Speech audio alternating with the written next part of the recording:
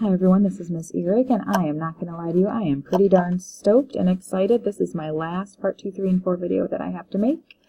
And I'm just going to do the calculator after this, and I'm feeling like it's summer vacation finally. Alright, so we're going to look at A-REI.B, and it's June 2014, question number 27. Given 2x plus ax minus 7 equals negative 12.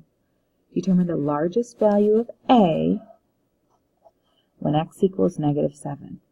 Okay, here we go. 2x plus ax minus 7 is greater than negative 12. So I'm going to put this in for negative 1. So we've got 2 times negative 1 plus a times negative 1 minus 7 is greater than negative 12. Well, 2 times negative 1 is negative 2. A times negative 1 is negative a minus 7. I'm going to combine these like terms. I'm going to add 9 to both sides. Now, this is where kids get a little sketched. We got to get rid of this negative. I'm going to divide both sides by negative 1. But when I divide this by negative 1, because I'm multiplying or dividing by a negative, I have to switch this sign. So a has to be less than 3. A wants to know the largest integer value. Some kids will write 3, but they'll be wrong. Why would they be wrong if they write 3?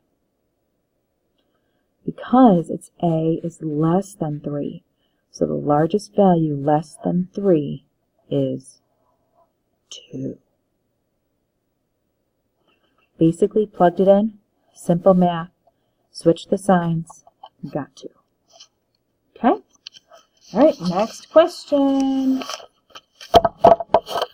Here in my class, we only have 4 questions left if you went in order. Here we go.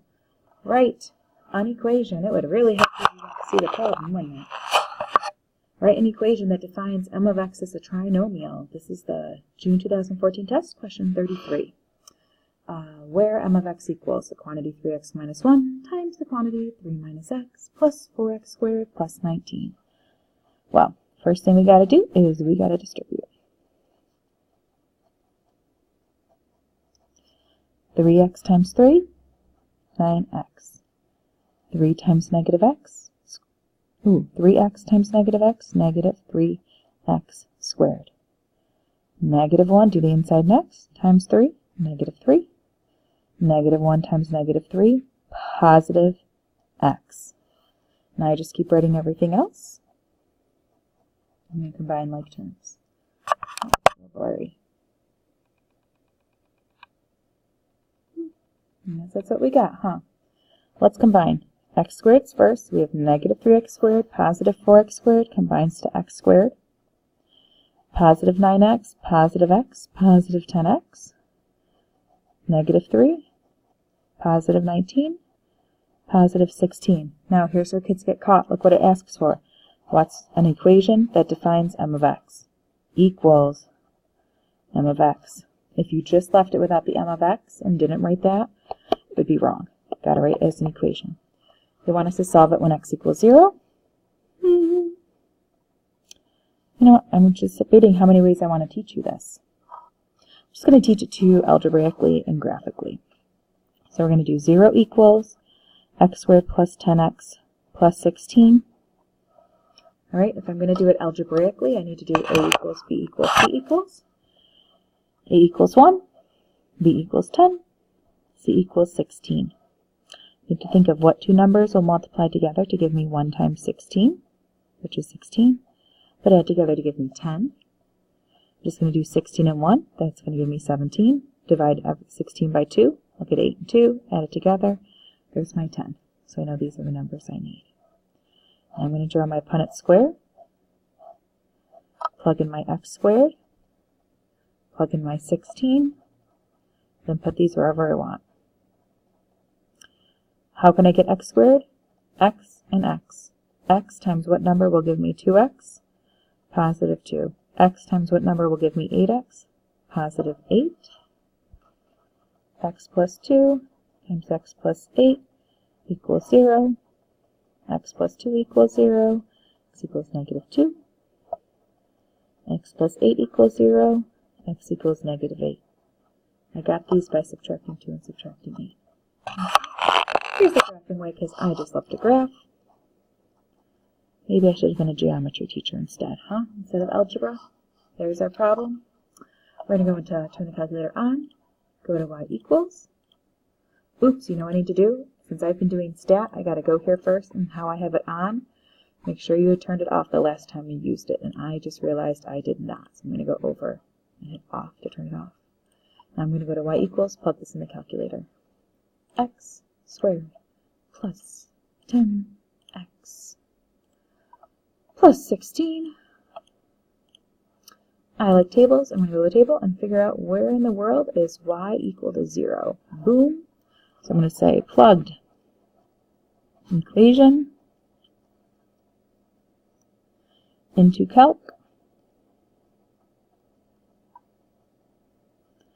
and located zeros. And it's 0 at x equals -2. And keep going. X equals -8. Either way is perfectly fine. Okay. All right, question number 33 is done. 3 more to go. That's why I'm using my green pen. So I'm like money. So get these done so you guys can do great. Okay. A-REI.B 08, August 2014, question number 30. Solve the inequality below to determine and state the smallest possible value of x in the solution set. First thing I got to do is I got to get rid of the parentheses. So I'm going to distribute. 3 times x is 3x. 3 times positive 3 is positive 9. I like to keep my x's positive, so I'm going to subtract 3x. This cancels. 9 is less than or equal to 2x minus 3. Got to get rid of the 3. I'm going to add 3 to both sides. Got to get rid of the 2. Divide both sides by 2. So I know that x has to be greater than or equal to 6. It wants the smallest possible value. Because this says 6 is less than or equal to x, my smallest possible value is 6. Now, don't put this on the real regents, but just FYI. If it said 6 like that, then my answer would be 7. But for here, my real answer is 6. And I'm just going to write make believe. So pay attention to the signs. This is 6 is less than x. This is 6 is less than or equal to x. So my smallest value would be 6. Okay? Oh, let's go on. That was easy. I wish all of them were that easy. Let's look at number 30 from the August 2014 test. Oh, why did I say 30? I meant 32. August 32. Here we go. Student is given the equation x squared plus 6x minus 13 to solve by completing the square. The first step is written below, so we see that they added the 13. Which when you complete the square, you got to add 13. The next step is they found the c. What value of c creates a perfect square in the trinomial? Well, the way that you get c is you just do whatever b is divided by 2 squared, and that's going to give you c. So we're going to do 6 divided by 2 squared. Well, that's going to equal 3 squared, which is going to equal 9. 9. How did we find it? Well, we would write down 1/2 of b squared equals c. And that's the end of that problem.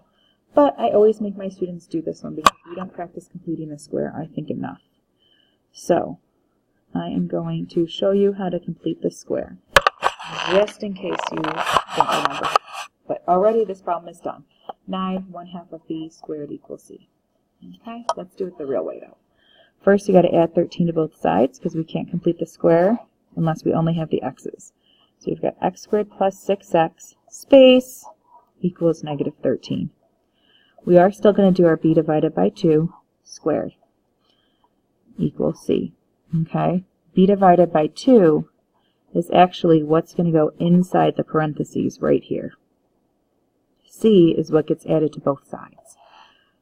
So we already learned from before that we have 6 divided by 2 squared.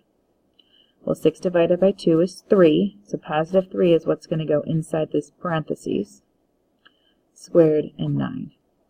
So I have x squared plus 6x plus 9 Whatever I do to one side, I do to the other side.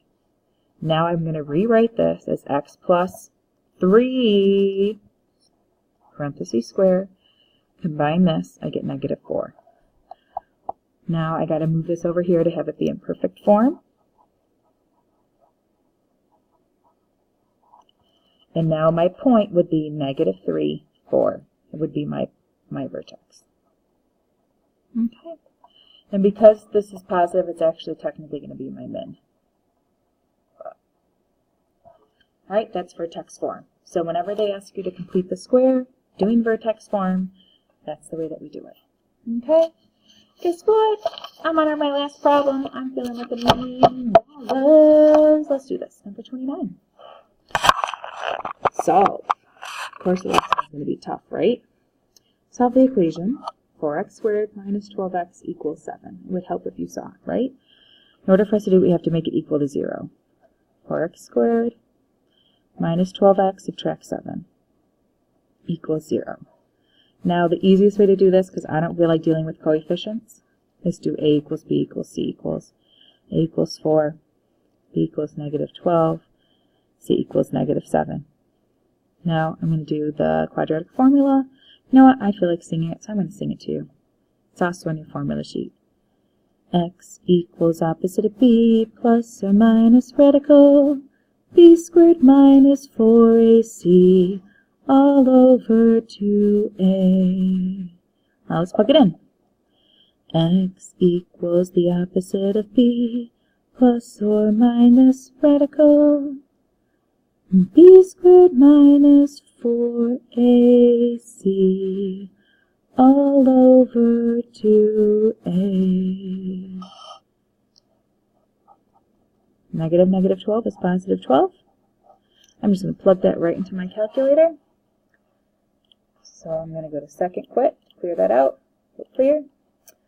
Parentheses, negative 12, parentheses squared, minus 4, parentheses 4, parentheses negative 7, 256 divided by 8. Now I'm going to do the square root of 256. That's 16. X equals 12 plus 16 divided by 8. X equals 12 minus 16 divided by 8. Let's plug it in parentheses. 12 plus 16 parentheses divided by 8. 3.5. And if I want to make it a fraction, I'm just going to hit math, enter, enter. 7/2. And I can do parentheses, 12 minus 16, parentheses divided by 8, negative 0.5, math, enter, enter to get a fraction, negative 1/2. You don't have to make it a fraction. I like fractions if they're simple like that. Alright, well, that concludes this video. All of the part 2 videos, part 2, 3, and 4 videos are now done, and I'm going to do the calculator one, and then we'll be good to go. Alright, great job, everyone.